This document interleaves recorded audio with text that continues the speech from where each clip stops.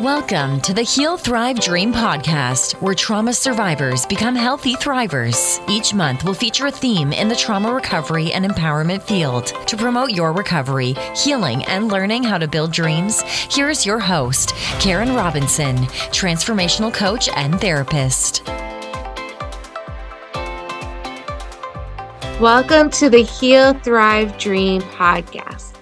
Today, our guest is Megan Connor. This is Megan's bio.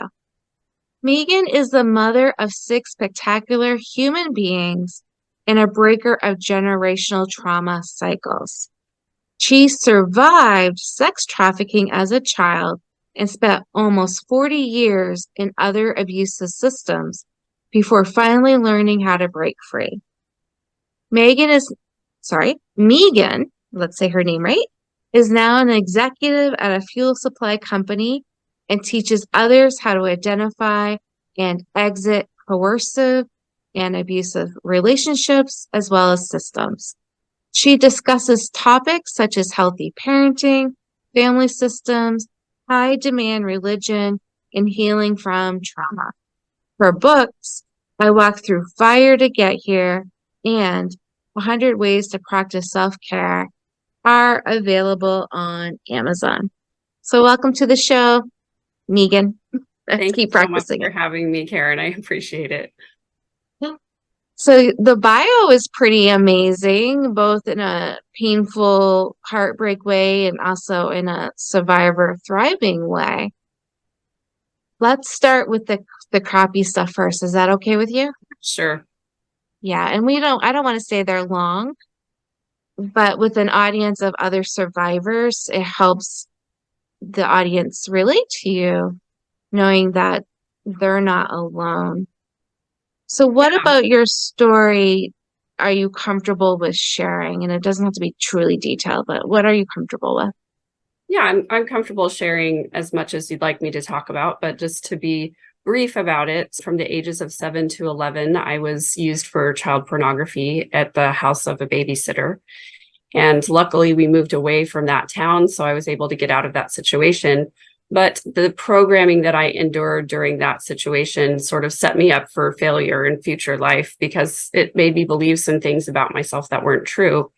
And in addition, my family of origin was an emotionally neglectful situation, a lot of coercive control there. So when I left my home to go out into the world on my own, I sort of had these preconceived ideas about what felt comfortable to me. And I started seeking out those same comfortable feelings. And what felt comfortable was to be ignored, to be marginalized, to have my emotions and needs dismissed. And so I sought out other relationships that felt that same way to me. So I ended up in a coercive control marriage. I ended up in different job situations that were harmful to me. And then later in life came to the realization that my lifelong religion was also a harmful place. So when I started therapy, I just started removing everything from my life that felt abusive or oppressive. And it started me on a journey to finding true healing. And that's what I love to talk about now today, is helping other trauma survivors to learn how to break free. That's pretty gosh darn powerful. Now, did your family of origin ever find out what happened to you when you were young? Yes, I've talked openly about it with my family. Some family members believe me and some don't. So that's kind of difficult. And it's given me the clues that I need to create healthy boundaries and healthy space around me so that I have the people in my life who really support me. Yeah, the people that don't believe, and I feel like most survivors have that in some shape or form. Mm-hmm. It is, I don't want to say it's as bad as the abuse itself, but pretty gosh darn close. It really is a second kind of traumatization, right? The trauma of not being believed. And I think it's one of the reasons why so many survivors don't come forward and talk about it, is because it is really scary to talk about in the first place. And then to have people that you love and trust and that you depend on not believe you, it does re-traumatize you. And it's another layer of trauma that you have to work through when everything starts to get healed. Yeah. And I believe, and seen from my clinical work, that when we survive trauma, it does impact, before the healing especially, it does impact every area of our life. Would you say that was true for you? And if so, what areas did it impact the most? Yeah, absolutely. It impacts mainly our ability to form healthy attachments with people. And relationships are really the most important things in our lives. That's how we get all of the everything that we need is through our relationships with people. And really, for me, the biggest realization was that I needed to heal my relationship with myself first before I could really connect well with other people. But the surprising thing to me is that my trauma also came out in physical ways, and that I had to do a lot of physical work for my healing as well. And that was surprising to me because I really thought, it's all mental, emotional, whatever. But the more that I worked through physical stuff, the more I realized I read that book, The Body Keeps the Score by Bessel van der Kolk, which was very informative, and it really helped me on my journey. Yeah, it's a powerful book for sure. Yeah, I had the same experience personally and professionally. I was trained over 25 years ago, and most of it was mind work and some spiritual work and some relational work as well. But now in the later years, I saw how much somatics were involved, and also energetic work was also needed. Yeah, so physically, could you say, did you have a lot of medical issues or aches and pains? Like, how did it show up for you physically? Well, I think the beginning of my healing started when I started having panic attacks and depressive episodes and, crying jags. I couldn't stop crying. I couldn't get out of bed. And I was just having a hard time. I was very low energy, and I would, I'd work real hard for an hour or so, like in the yard, for example, and then I'd be out for the rest of the day, which isn't normal for like a healthy mid-20s, early 30s person. And so it was really those physical things when I was incapacitated physically, where I was having panic attacks and I couldn't do my job and I couldn't show up for my kids. That's what really spurred me to go start getting healing. And then during my trauma therapy process, I started doing CrossFit. And I found that I had processed through a lot of things, and I kind of had gotten through my list of trauma and thought that I was done. And then, I would go to CrossFit and be working out, and something else would come up. And it was like this very physical reaction of like excessive sweating. Even though I was working out, it was like I'm sweating way more than normal. My heart would race. I would, get super emotional during a workout. And so I was talking to one of my therapists about it, and he was like, yeah, that's definitely somatic things coming up. You might want to tone down the super heavy weightlifting and the super hard cardio and start doing somatic exercises that are a little kinder to your body. So I sort of transitioned into that. And was that helpful to you? I'm guessing definitely. Yeah, definitely. I mean, I love weightlifting. I love doing CrossFit. It's something I'll get back to at a certain point, but right now is not the season for it. I need to go through, some kinder, gentler movements first to be kind to my body, reconnect with my body after having physical trauma, especially children who have sexual trauma. It really does all get stored in your body. So it's important to work on those things. Mm-hmm. So I'm guessing that means, I think I know this already, but don't remember exactly. So all 6 of your children are not biological? They are all biological. Oh, they are? Yeah. How did your body do that, girl? I was very much in a mode in my early 20s to my mid 30s where I was just on a path, and I was just trying to check the boxes and do the things that I thought people expected of me.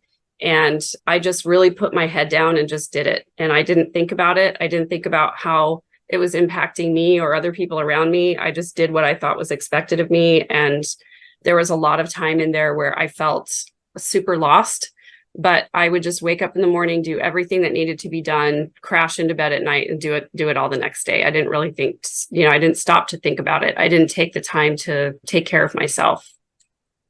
Yeah. Yeah, the reason I thought maybe you were fostering or adopting is because you mentioned they have sexual trauma. Is that right? No. Okay. All right. So I got confused there for a minute. So the sexual trauma you're talking about is your own, Right. but did it come up more when you had your babies? Because that's You kind of know, normal. yeah, interestingly, it didn't come up until my last child was born. And I think I really repressed and dissociated from my body so much that I didn't really process what was going on until my last daughter was born. And then I started having postpartum depression after she was born. And that did spark some things for me that I needed to address later on. But it just was a process. It was layers and, things. There were so many things that were buried so deep that it took me a long time to dig all the way down to that, what we call index trauma, right? The first bad thing that happened. So I was working on all these surface level things first. Actually, what's really funny is when I first started going to therapy, the reason I started therapy was to work on my relationship with my parents. And when I look at the onion of my trauma, that really was like the outside layer. And everything else that was related to it was buried much deeper in the center of it. That's so interesting and also my experience. Okay. So your kids are okay. Yeah, they're all okay. I'm not going to say that they haven't had their share of difficulties, Oh, yeah. especially, being raised by an unhealed mother. My older kids definitely went through a lot more than my younger kids have gone through. I was a different mom for them than I am for my younger kids, but we talk openly about that a lot. And I talk to them about the regrets that I have about not being able to show up for them in the ways I wanted to because I wasn't yet healed. Yeah. And that's to be expected. I hope they have compassion for that part of you, that younger mom part of you. I think they do. It's Yeah. it's hard to wrap your mind around that as a young adult when you're starting your life. And, they all have sort of their own struggles, of course, that they're working on. And I don't want to add to their struggles by, talking too much about my trauma, but we do talk about the ways that I wish that I had done things differently or things that I'm like, I handled that badly. I wish I could go back and change it, but I can't. But what I can do is show up for you now, the way that you need me now. That's beautiful. It really is. Yeah. Because the past we can't do much about, but we can be a better version of ourselves going forward. Yeah. And it shows them that apologies matter, Yeah. and we grow from them. Yeah, I think one of the things that was important to me as a mom was to make sure that I do apologize to my kids when I do something wrong or handle something badly, because my parents didn't model that for me. And I think it's opened up a door for better connection with my kids to let them know that it's safe to fail and it's okay to make mistakes and we all do it and we'll still love each other. Yeah. I think you're amazing, Mom, just for that piece. Thank you. Pretending to be perfect really doesn't get us very far.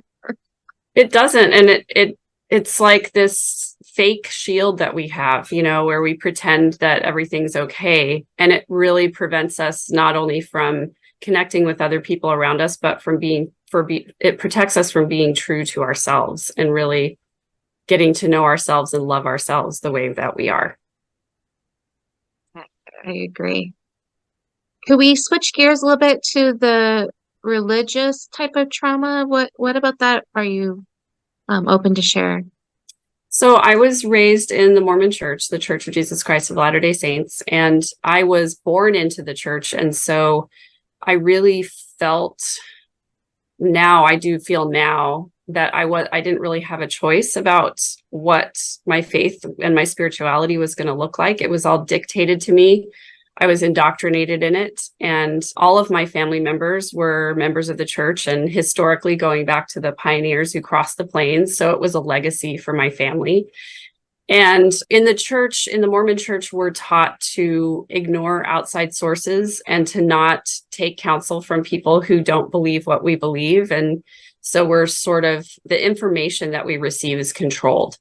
So even as an adult, teaching classes about the religion and about the doctrine and everything, I was only teaching from the quote unquote approved sources and never dug into the real history or any reporting or historical sources that were not officially sponsored by the Mormon Church. And I didn't come to find out until, just a few years ago, really, that the history of the Mormon Church has been very whitewashed for its members. And the reality of the history of the behavior of the leaders and the polygamy and where the doctrine comes from and everything has been hidden from the members for a very long time. And that realization really shook me. It was a genuine faith crisis. And I had to deconstruct everything that I'd been taught in favor of what the actual truth was. And I was able to start recognizing some of the elements of coercive control within the church culture, and just really had to go through the whole process of leaving that cycle, just like I left my family and my abusive marriage and all of that. So it was a difficult thing. But by the time I had done that, I'd already deconstructed several different cycles. And so it went pretty quickly for me once I made the decision to do it. That's so huge. That was a better word right now. Yeah, it's like your entire worldview and everything that you believe about why you're here on the earth and where you're going after this life and all of that stuff.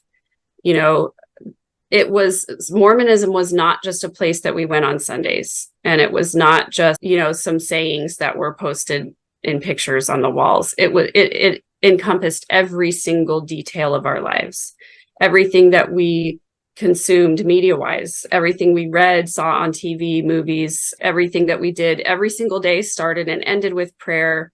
We were expected to consume church materials all the time over consuming other kinds of media. And it was Sundays, but it was also during the week. We were expected to have a family night once a week. We're expected to give 10% of our income. We're expected to donate our time to the church, to serve in the church. So it was an all-encompassing thing. Yeah. When did you first realize that there was some unhealthiness to it? I think it's something that I realized little by little throughout my entire life. As a teenager learning about polygamy, I was like, that just doesn't seem right to me. But what we were always told is, well, it was in the past. It was practiced a long time ago. The church officially denounced the practice. Anybody who's found practicing polygamy now gets excommunicated. So don't worry about it.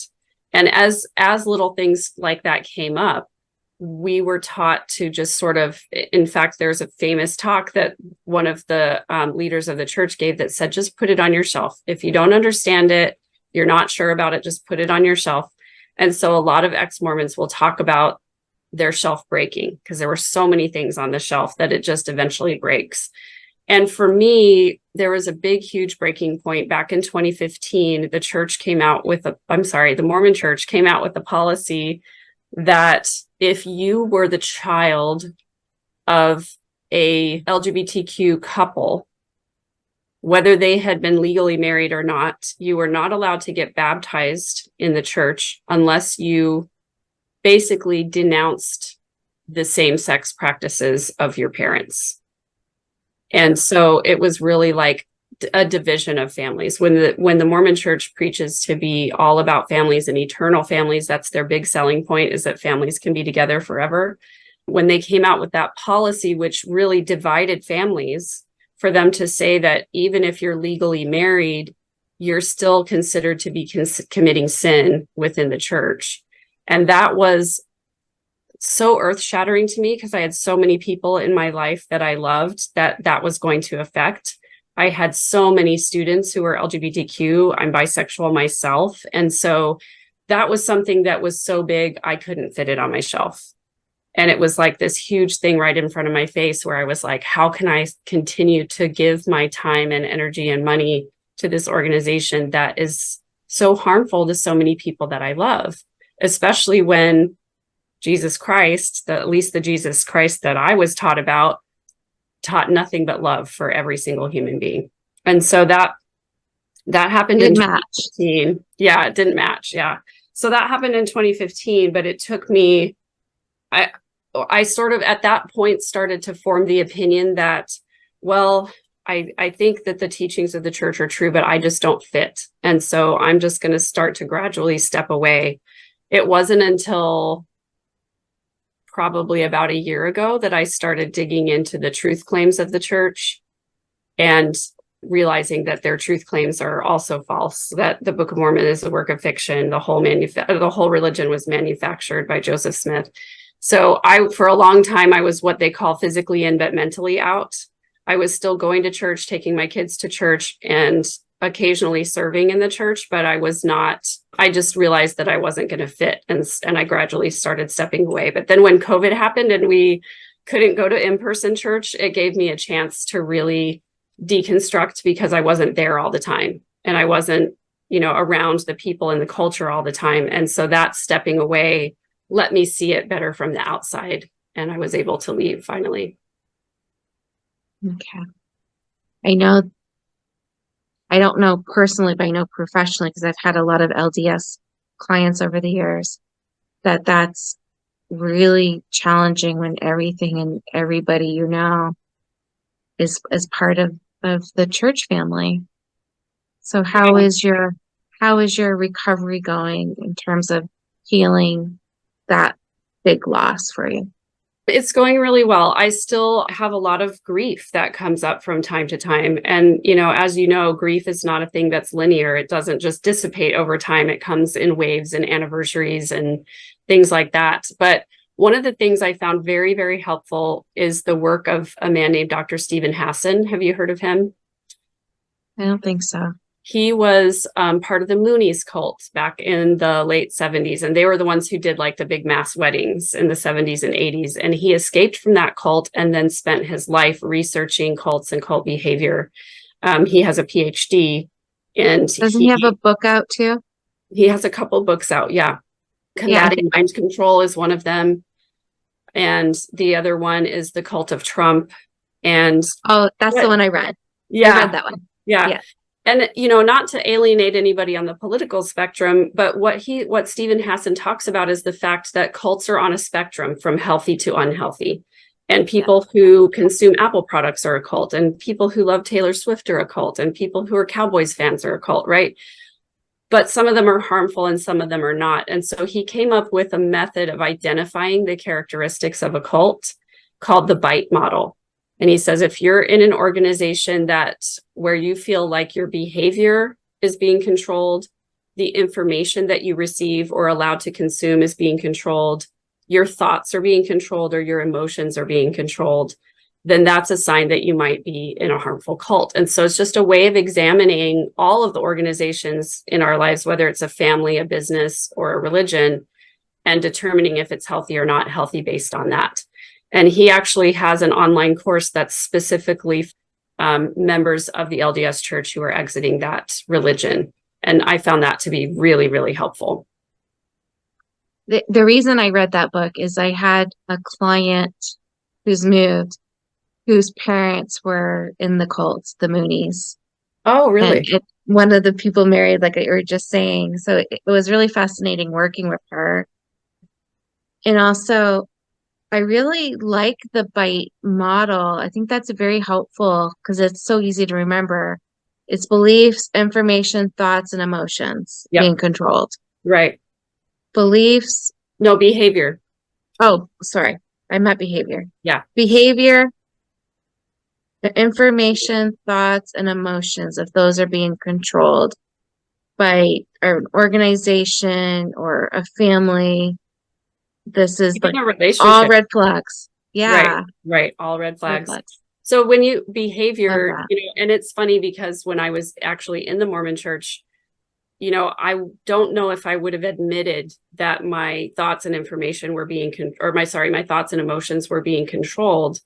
But when you have an organization that's telling you what you can and can't wear, what you can and can't eat, who you should and shouldn't be associating with, what you can and can't consume media-wise, that's the information control, is the media consumption, the information consumption. If they're trying to keep you from reading anything negative about the organization, that's a big red flag, because any organization that's legitimate and healthy should stand up to scrutiny. And if you should be able to read information from sources for and against and come to a logical conclusion on your own. But if they're trying to prevent you from seeing anything that's negative, that's a big red flag. Well, and LDS is not the only religion, but it's one of them where abuse, transgenerational abuse has flourished. So I Yeah. think that's also something to look at. And it's not just LDS, it's a lot of different religions. If a church tolerates that, then that to me is also, the church should not be more powerful than a child's health and well-being. Yes, exactly. And it was super disturbing to me to find out that the church actively fought against clergy members in Utah and Arizona being mandated reporters. So when I was a teacher for 15 years and I was a mandated reporter, and that meant that if I suspected that a child was being harmed in some way, I was required to report it to Child Protective Services. I was required to make a report if I noticed a child being neglected, if I noticed that they had significant physical injuries, if they were emotionally withdrawn, if their behavior suddenly changed in any way, I was required to report all of those things. And I think that's one of the ways that we keep kids safe. Most family law attorneys are mandated reporters, doctors and nurses are mandated reporters. Anybody who works with children, I think, really should be a mandated reporter. But the church actively fought against making their clergy members mandated reporters because they wanted to be able to keep a confidential relationship between themselves and the people who are coming to confess things. So in a very recent, very famous case, a bishop who is like a leader of a Mormon congregation knew that some children were being abused because the father came to the bishop and confessed about the abuse. But the bishop didn't report it. Instead, he called the Mormon Church's abuse hotline, which actually is a direct line to their legal entity, the law firm Curtin and McConkie, who advises the clergy about how to deal with the blowback and the legal ramifications of what's happening. And they advised him not to report it because it was a confidential interview between a clergy member and his parishioner. And so those children continued to be abused for years after that. It's really, really devastating. Yeah, it really is. So It's devastating for the whole community. So thanks for being brave for calling out that firm. Do you worry about calling out entities? I sure don't. I'm so proud of you. You're badass. The truth needs to be told. And I know that there are consequences for telling the truth. And I've experienced a lot of those consequences firsthand, especially from my family. I've spoken out a lot against my family system for being toxic and abusive. And as a consequence, I don't have very many family members who are willing to talk to me. It's a lonely place to be. But I have so much peace in my life because I have resolved to always tell the truth in every circumstance. And it keeps my conscience clear. And it also, I think, lets people know that I'm not somebody who can be pushed around. And if I see something, I'm going to say something. It's so powerful. You've more than taken your voice back. It's so powerful. So. Yeah, I think it's super helpful for other survivors to hear that. And what about your spirituality now? Like, how has it changed, for lack of a better word? It's changed a lot. I actually feel myself getting emotional when you ask me that question. I used to think that I knew almost everything there was to know about spirituality. I believed that I knew God. I knew my place in the world. I knew my place in the family of God. I believed that I knew exactly what was going to happen to me when I died. And I believed that I had a great deal of control over that because there was a long checklist of things that I could do to make sure that I had God's approval. And now I don't know anything. And I think the not knowing is really beautiful because it allows us to open up and explore all kinds of different ideas. Where my mind was very closed to any other spiritual ideas before, I think that what resonates with me as truth is much bigger than a religion. And I do believe that I have divinity in me, but I don't believe that I can know what that is. I believe that it's going to be an exploration that continues. And I love the idea of just exploring and going where it resonates with me the most and what feels true to me, rather than being told what is true. I think that's pretty amazing. Yeah, it feels really good to just be able to sit with the things that I've observed in the universe and what resonates with me. I just that to me, for some reason, just feels like the truest expression of spirituality is to be grateful for the things that I connect with and to continue to notice what resonates with me. I'm glad I asked you that question. That was really nice to hear about. Thanks. I don't think anybody's asked me that before. I never know what I'm going to ask. I just let spirit or intuition or my inner knowing kind of guide the interview. And I find that just feels good. That's what we're meant to discuss. Yeah. So I'm led next to ask you about your books. Like, tell me about how you decided the titles. Like, what are you most proud of about the books and why should people read them? Well, the first book that I wrote was really an outgrowth of the journaling that I did during my therapy and healing process. And I didn't start out to write a book. I was just journaling.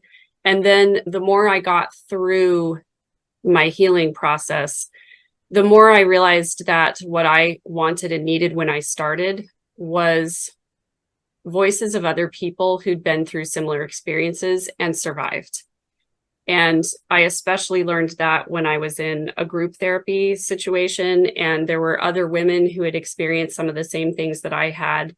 And some of them were thriving and some of them were not. And I thought, what a difference it would have made to me to know that someone else had come through it. And so that's really why I started writing that book. And it is kind of a guide through all the different systems that I left, all of the different cycles that I broke, and kind of how I did it. So it's a little bit of a memoir, a little bit of a guidebook, and I'll show it to you. I've got a copy of it here. It's called I Walked Through Fire to Get Here. And the cover this is a self-portrait that I did of myself during a meditative therapy session where we went through all the different chakra and the colors that are associated with that. And if you look and you see, my voice is the tiniest part of my body there. Everything else is glowing and beautiful. And my voice is so tiny. I think my self-portrait will be really different now, for sure. But the fire metaphor is one that really resonates with me because I do believe that we have to go through sort of a purifying process to get through our trauma. And I love the idea of the phoenix rising from the ashes and the beauty that can come from being purified by fire. And I think also fire represents to me sort of the burning that abusers go through when they have to reckon with the fact that they've harmed other people. So that fire metaphor continues to kind of resonate and circle through my trauma healing. That's what the name of my memoir is. It's not published yet. Oh, awesome. Well, I hope you want to. it. Oh, I am. It's called Therapist on Fire, Brimstone and Holy Water. Nice. I like that. So that's awesome. In your allegory, if I'm using that word correctly, must be part of my subconscious because I'm actually very afraid of fire, like physical, literal fire. When I was little, my brother set a fire in our living room, like burned the carpet. Wow. And ever since then, like, I don't want to use the barbecue. Well, not that I was using it before then, but like, I'm really like, oh, fire, like fire to me is like very scary. Yeah. So I just think that's how you described it. You're very articulate. Oh, thanks. So I'm eager to read that. That resonates with me too about fire being scary because I think the healing process is scary to people. And I understand why, because it's hard work to dig back into all those things that hurt you. But one of my philosophies is that, yeah, the therapy process is painful, but it's nowhere near as painful as what you've already been through. And what I discovered about myself and what I think is true of everyone is that we have everything that we need inside of us already in order to heal and in order to thrive and in order to move on and have a beautiful, peaceful life. Now you're saying the name of my company, Heal, Thrive. And that moving forward is the dreaming part. You dream. Yeah. Okay. So we have some things here in common. And tell me about the second book in a nutshell. Yeah. So the other one is actually a really short little pamphlet. It's called 100 Ways to Practice Self-Care. And it just is sort of a way of guiding people through different ways to care for yourself. It gives you a few little places to write down your own ideas. I think at least when I initially came to the concept of self-care, it was really foreign to me because it felt selfish to take time for myself or to spend money on myself or to do anything for myself that was not mothering or being a wife. And so immediately the first things I thought of with self-care was like, oh, I'm going to have a piece of chocolate cake or I'm going to go shopping. And those things are okay occasionally, but if that's your only mode of self-care, it's going to get out of bounds pretty quickly, right? So I wrote that book as a way to kind of spark some other ideas for people to come up with other ideas and other ways to care for yourself that be lifelong and that can grow over time and develop. Yeah. And a little bit deeper than just like that one time piece of cake. Right. And a little healthier than, indulgences, physical indulgences and financial indulgences. Because we get that nice dopamine hit when we buy something pretty, but it doesn't last very long. Yeah. Now, there's a great book. I can't remember the author's name, but it's about deeper self-care. And it's really, really well done. Because self-care really is more than even just getting your nail. Like a lot of women think, oh, if I get my nails done, I've done something for myself. Like, yes, that's nice. But what's really going to restore you, revive you. So, yeah. Yeah, right, it's kind of in levels, that manicure, pedicure is like one level of it. But there's, like you say, there's a lot of deeper things that we can do that last longer, that are much more fulfilling. So what's next for you? Well, that's a great question. I mean, doing this, appearing on podcasts and talking about my trauma and trying to help people with their trauma. I have a coaching practice where I help people work through breaking through cycles and trying to find ways to be successful. And that's really fulfilling for me. So that's what I'm focusing on right now. As far as the future, I do have a few podcast episodes set up for myself, for my own podcast, and some public speaking things lined up. So that's kind of the next phase of this, is getting out of the, doing podcast interviews to speaking more in public and hopefully helping people that way. I'm really happy to hear that, because you are a very articulate speaker and with a powerful message. So that's awesome to hear. Thank and you. For people that want to reach you to either book you for speaking or to do some coaching with you, what's the best way to reach you? My website is third-verse.com, as in first, second, third verse. This is my third verse. And on the website, I do have a free chapter of my book you can download if you want to read it, try before you buy. I also have a free how to hire a therapist guide with just interview questions that you should ask anybody who's in charge of your mental health.